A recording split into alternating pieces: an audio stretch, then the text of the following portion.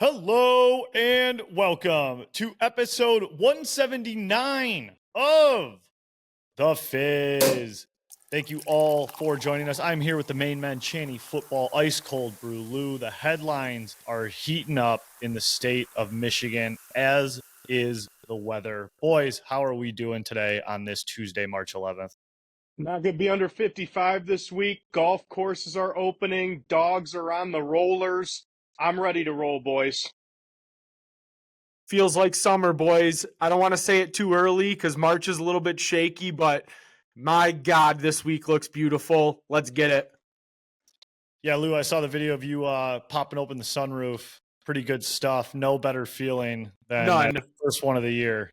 Yeah, no, that was euphoric. Hand out the window like you're going down a roller coaster on the first drop. Yeah. We got to soak it in while we can, boys. We went through a grueling February, March starting off hot. Yeah, I couldn't agree more. And I always, every year weather podcast, it's crazy to me. We have the winter we have, and it gets like to 50 degrees and it feels like spring break. I mean, it just feels like I'm in the Bahamas because I'm wearing like a lighter crew neck sweater than I did in January and February. Amen. Well, warm weather, warming up, defrosting means it's March, and March is the Izzo month. MSU basketball, they closed the season versus rival Michigan at home, beat them down. Game was never close. Michigan State, the undisputed champion of the Big Ten. And we have some fisticuffs at the end of the game. We got a lot going on. So, boys, want your take on MSU basketball heading into the tournament, and even more specifically, the big rivalry game that we had on Sunday. Yeah, I'll start off with it. Say it with me. January, February. Izzo! You know what month it is. So let's first start with Sunday. So on brand. Is anyone surprised? I mean, they antagonize, and then they get stood up and they cry wolf. That's so Michigan. That's so on brand. This isn't the first time it's happened. They've done it to Ohio State. They've done it to us in the past. And then they just want to cry when they get stood up and embarrassed on the court. They try to pull these shenanigans off the court. So it is what it is. It's on brand. We beat their ass twice in the last month. When it mattered, when we were the top two teams in the conference, we whooped their ass. So that's all I got to say about that topic. As a whole, team is humming going into March. Kind of hope we get humbled a little in the Big Ten tourney. I never hope for a loss, but maybe some close games or something. But the team looks great. If we can have some outside shooting, this is a Final Four caliber team. That's all it comes down to. They got the heart. They got the defense. They've got the guard play. You need the outside shooting in March to get you to Final Four weekend. It all hinges on that, and I'm excited for hopefully another long Spartan run here.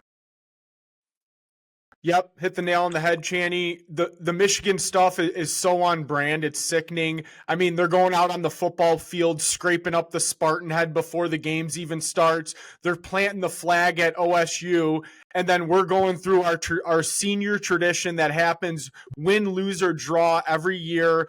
Dusty May's full of shit.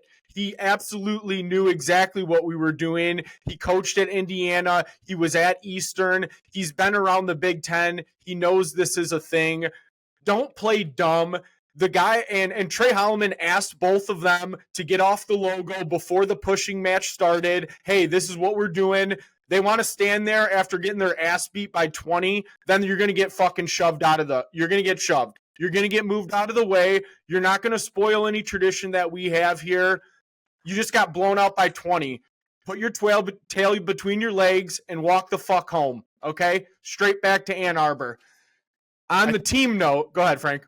No, I was just going to say, into that point, since we're just going in on the whole fucking logo debacle, Dusty May, I think them standing on the logo and getting shoved doesn't bother me as much as Dusty May's playing completely dumb in the press conference. I think that drove me the most nuts because it was just like, oh, wow, you're just plugging right into the Michigan system there. Like, you had no idea that this was going to happen whatsoever. But then you also admitted to saying that they told you that this was going to happen, but you didn't think it was going to happen before the game ended, even though you just watched a bunch of players do it and then sent a guy to go stand at half court. And we have video of every one of the free throws that Michigan State shot during the game. They aren't standing there one single time until the end of the game. It's just petty nonsense. It's petty bullshit. And, you know, it's shitty that it's what you almost come to expect out of them when they're getting the doors beat off of them by 15 plus the entire game, and are in complete free fall since Dusty May got extended. So to me, I salute Holloway for Holloman for taking the shove at the guys, defending the tradition that's been going on, you know, since the late 90s. It was just like embarrassing for them. I just thought it was a lose all around. And like, honestly, like, just laugh and keep going. Like, who cares? More extensions than wins versus arch rival. Dusty May's got that under his belt. And you know what? Good for Tommy the GOAT bringing it up in the post-game ceremony when we were raising the banner, basically saying, you're not going to ruin our tradition. Get this shit out of here. He acknowledged it and wanted all the smoke after the game, saying, you're not going to pull that shit on our home court, and defended his player. So go ahead, Lou, on the team here. Yeah. No, like you said, this is one of the most Izzo teams I have seen in a long time. There's no like absolute superstar on the team. There's a bunch of guys that work hard. They believe in each other. They play as a team. They lock up on defense. Jace Richardson has come to fruition to be a much better player than any of us expected this year. The leader on the team, if you will, him and Holloman on the floor running the 1 and 2 is exactly what we need. Jaden Akins has stepped up a lot over the last few games as well after kind of lackluster middle of the season. The big men are all grabbing boards, and Cohen Carr's flying through the air like Superman. It's going to be a great March Madness. I'm jacked up for it. Yeah, let's go. I think you got to be really excited about, obviously, number one, like you said, Lou, being an Izzo team through and through, like top to bottom, might be the most Izzo team we've ever seen.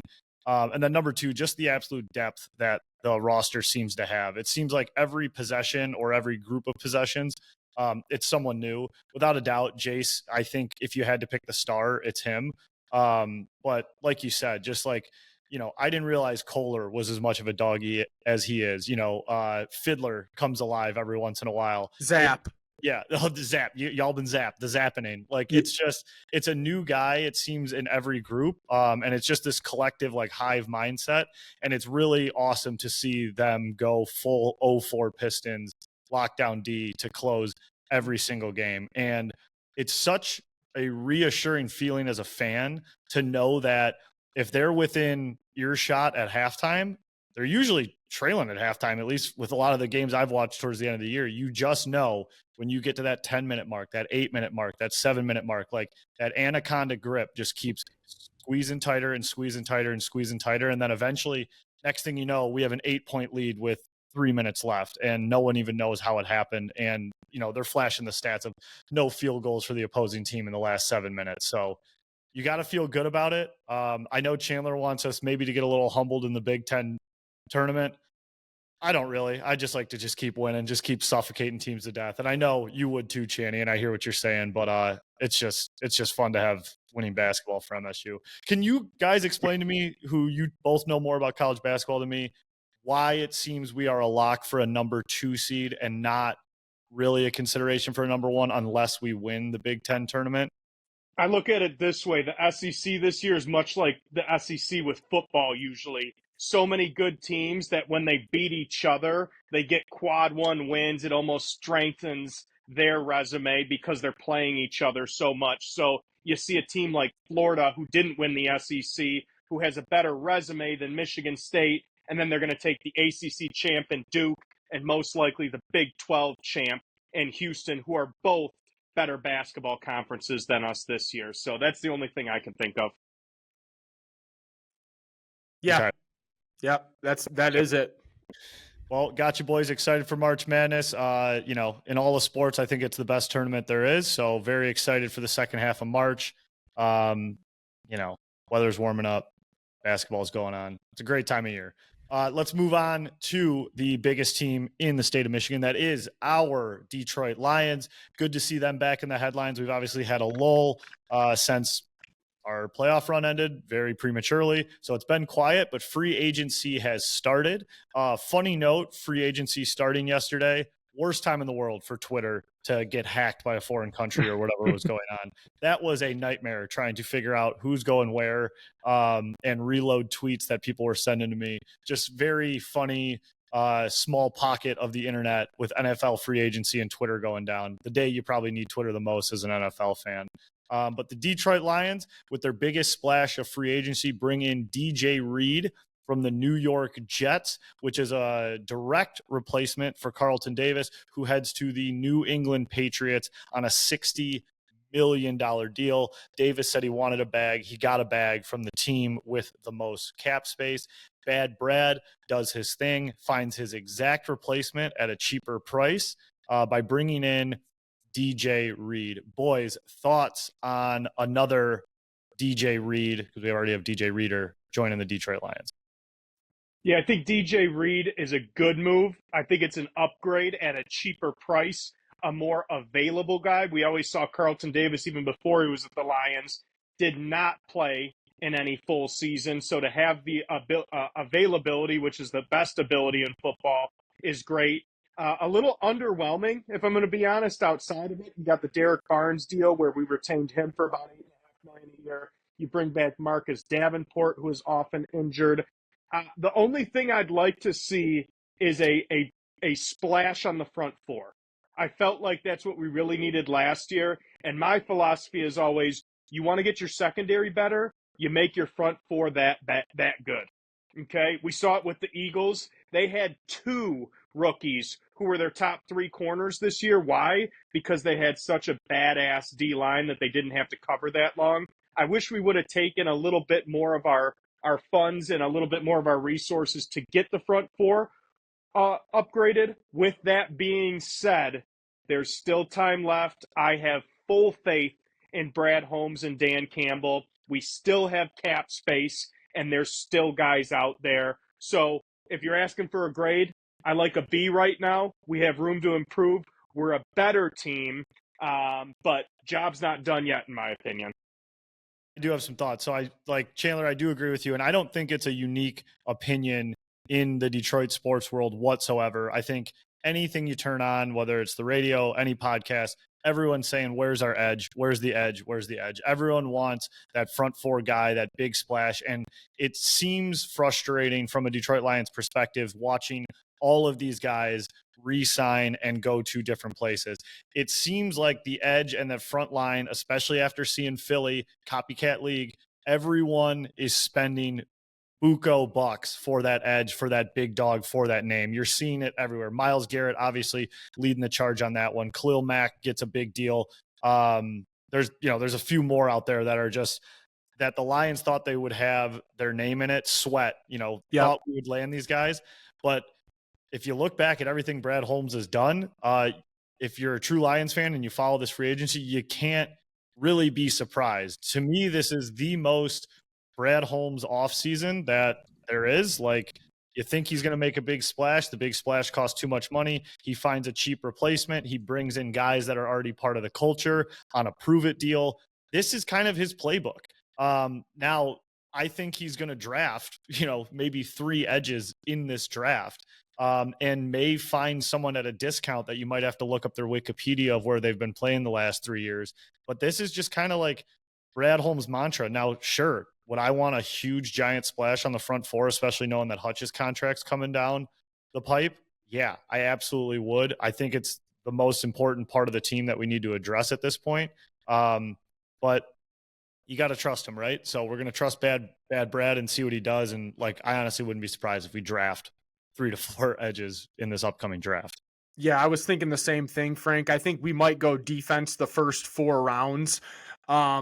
Guys that are left still, Trey Hendrickson. I would love to make a move for him for the inside. But other than that, a lot of the big dogs have been scooped up already. Like you said, Brad Holmes isn't going to go out there and overpay for some average player. I think DJ Reed was a great fill-in. He's not like some A-plus signing. I would consider him in the B category, aggressive, kind of like an Amik Robertson for the most part.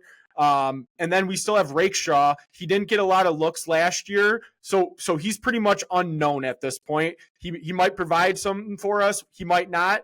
Let's give him a shot and see what he has to offer.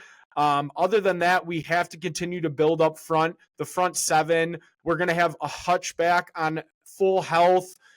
Let's get somebody across from him to help him out, get rid of some double teams. We're still a dangerous team.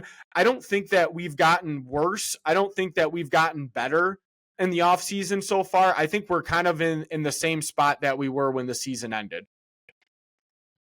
Yeah, I would just say, some departures that we've had. Obviously, we talked about Carlton Davis. He's gone. Ife Melifonwu just signed with the Dolphins. Interesting note about that, which someone texted me. First piece of the Stafford trade to exit the Lions, which I thought was kind of an interesting note, so we can maybe chalk that one up as probably an L in the trade with, a ton of home runs.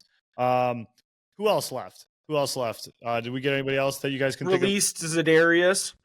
Yeah, we released Za'Darius. Za'Darius, big energy guy. I thought he was a good culture guy, but I do agree with Lou. I don't think he produced enough and was a little on the slow end. Really wish that would have worked out just because he seemed to love it here. But yes, did release Za'Darius. Correct me if I'm wrong. Zeitler's still out there. He hasn't left yet, but we haven't re-signed him yet either. So he's still floating out there right now as someone who could potentially be gone. I did see we brought back our boy, Mr. Eligible, Danny Skip. I did. The best sixth man in the league, Mr. Versatile. I saw we brought him back. But to your point, Lou, you said it. I don't think we got better. I don't think we got worse. But that's the problem. You're seeing teams like the Commanders who are getting better, who beat us last year. If we stay the same, we're not going to be able to win the NFC this year. We have to get better. And whether that's players getting better and progressing themselves or adding, if we're as good as we were last year, that's not going to be enough to take down the NFC this year. Impossible not to think, though, 15-2 with a completely depleted roster. I mean, you got to believe we're not going to be as unhealthy as last year. Part of you has to believe we're not going to be as unhealthy as last year, and that's going to be a boost. And just another thing to note, we've seen it time and time again. There's a lot of off-season Super Bowl winners.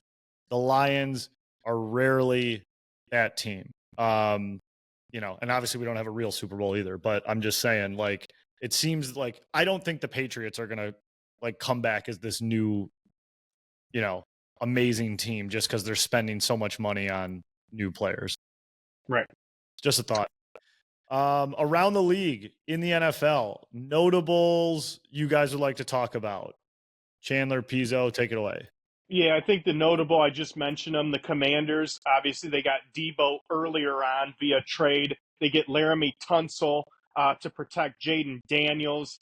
That made them a lot better. That puts weapons around a rookie quarterback. If you look, having quarterbacks on rookie contracts has been pretty successful these last 10 years between Mahomes, Jalen Hurts, Joe Burrow when they made the Super Bowl. That is a recipe for making the Super Bowl in a run, is keeping a quarterback cheap and putting your resources to people around them. So I look at them and say that they got better. Sneaky team that I like, where I think people are kind of downplaying it, is the Rams. I know they got interior D-line help, which was good. They've added to a good young defense. You get Devontae Adams, and you replace Cooper Kupp with Devontae Adams. We can all hate on staff. I don't love the guy either. He's a good quarterback, though, and you add a weapon like that to put in tandem with Puka Nacua. That team got a lot better over time. And then I'm going to go the opposite. The team that got just absolutely gutted is the Seahawks. You went from a borderline playoff team last year, a 10-win team, to no DK, releasing Lockett, getting rid of Geno Smith for Pumpkin, Sam Darnold. I mean, that team has gone from a borderline playoff team to a guaranteed top 5 pick next year. Yeah, Yeah. no doubt. And the one of those guys leaving, I love what Pittsburgh's doing right now. Pickett Pickens, not Pickett, Pickens across from DK. I mean, that. How do you line up against that on defense? Those are two monsters on the outside. They still got to find out who's going to be getting them the pill, but I love that. Yeah, know how you stop them, Lou? You tweet at each other and cause locker room drama because those guys bring a lot of baggage. That might be too small of a locker room for two big egos. I will say Pickens and DK, without a doubt, funniest memes of free agency. You got the Step Brothers, them fighting on the front lawn, like them just beating up, their division secondary, like tag teaming them, jumping them, like funniest meme signing without a doubt. I'm giving that award to DK going to the Steelers. Really, you guys know I'm a Steelers guy. Really like Long DK on. too. Yeah. And I'm going to like seeing big old DK in the black and yellow. So curious, so curious who is going to be slinging the pill to these guys. For some reason, I think it might be Aaron Rodgers. And I think, Rodgers is like the worst. Yeah, I mean, I trashed him all last year, but I feel like him going to an organization like the Steelers versus the Jets, he'll actually like be a little more compliant. But anyone who listens to this pod knows, Frank, that's your second team. Would you root for the Steelers if Rodgers was under center next year? Yeah, I probably would. Wow. Yeah, I wouldn't root for Rodgers, but I'm a Steelers fan. Like they're my second favorite team. Like 10,000 miles below the Lions. I don't know. I fucking hate Rodgers. That would be a tough. I would much rather it be Russ. If it was Russ, no problem, baby. Like steal up or whatever the fuck they say. Second Steelers slappy question for you. Okay. Will Pickens relinquish number 14 for DK, or does he keep it and that's the first rift between them two? That is such a funny scenario. He'll give it up. Okay. All right. We'll see what happens. Actually, I'm going to change that. I'm going to change my stance. DK will not go for it. DK is gonna like rebrand.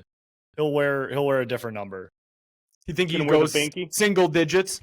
He'll go like 6. He'll wear like LeBron's number or something like that. That's what I'm. Another funny one I saw too was the Giants paying Darius Slayton like $36 million. That's what Barkley was asking for at that time. Poverty. What's their GM's name? Shane? Joe Schoen. Yep. That guy is having just the worst time of his life. And it all started with the clip of his son telling him to draft Jaden Daniels, getting rid of Saquon. Then it looked like they were a shoo-in to land Matthew Stafford. Then Stafford stays in LA for less money to not go to New York. And now they end up, who do they have? Who do they have? Who's their quarterback? Yeah. Jimmy G said no, too, to be a backup. I know they wanted him. I think it's Drew Lock. Yeah, it's Drew Lock. Jesus God. Yeah. And a funny note on that when his kid told him to take Jaden Daniels, did you guys see no NFL team wants to do Hard Knocks? Probably because of stuff like that. So they're doing UNC and Belichick next year instead of an NFL team. Yes, that's incredible. One of my last notes here for free agent signing, the biggest puke signing that like I just threw up on my keyboard, like I just don't see it working any which way you cut it, is Justin Fields going to the New York Jets. Just take those two names, slap them together. That's puke on the floor. That is the one. I'll be making fun of all year. Very excited for it. Love making fun of the Jets. Sorry, Aaron Glenn, you're great. It's going to be I'm excited to bring you back in like 2-3 years though. Wild.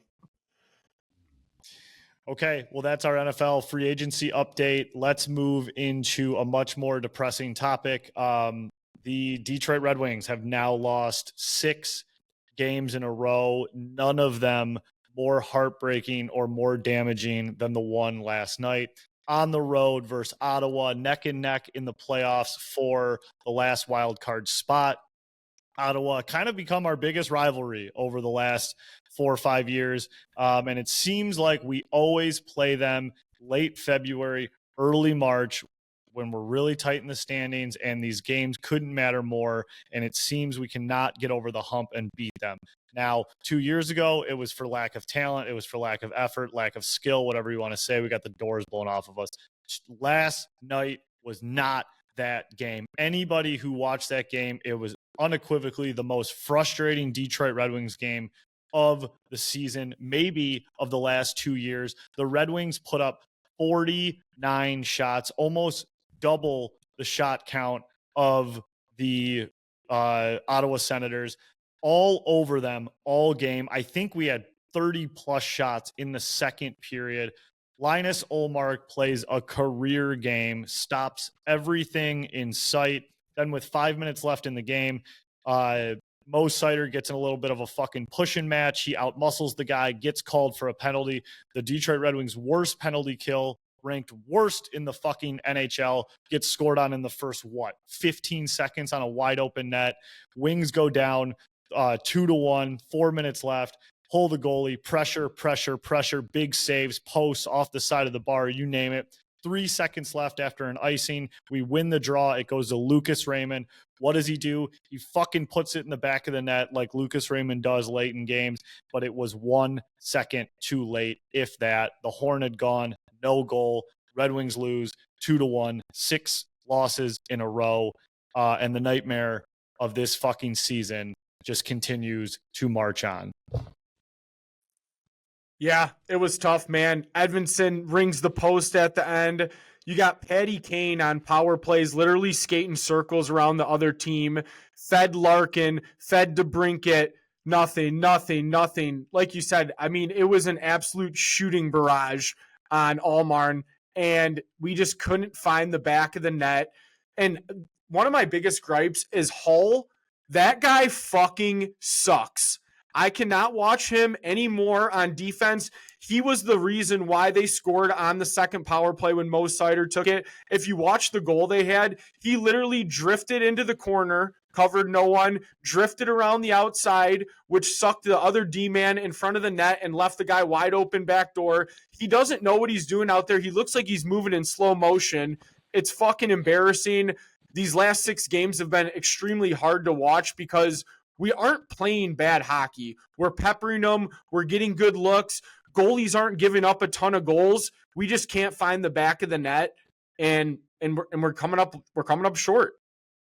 In these last 6 games, I believe we've outshot every opponent.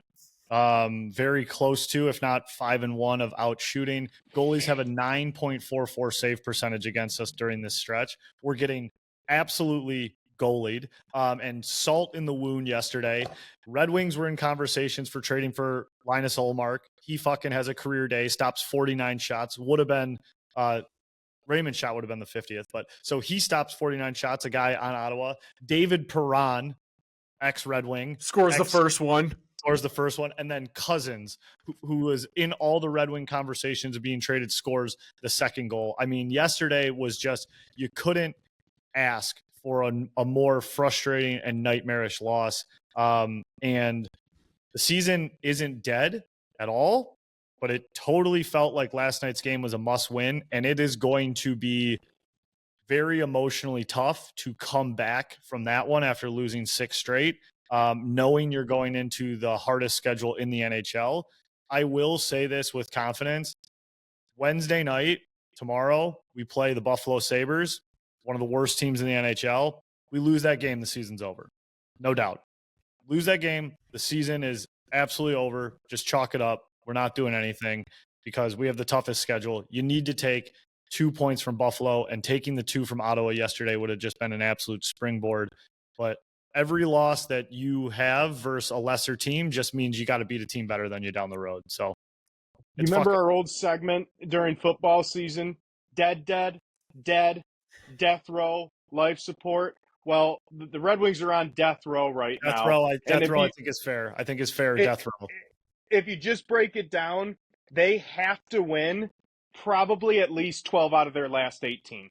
That gets them to 90 points, right? So you got to win 2/3 of your games against one of the toughest schedules. I don't think that's going to happen. As much as I want it to happen, I got money on it.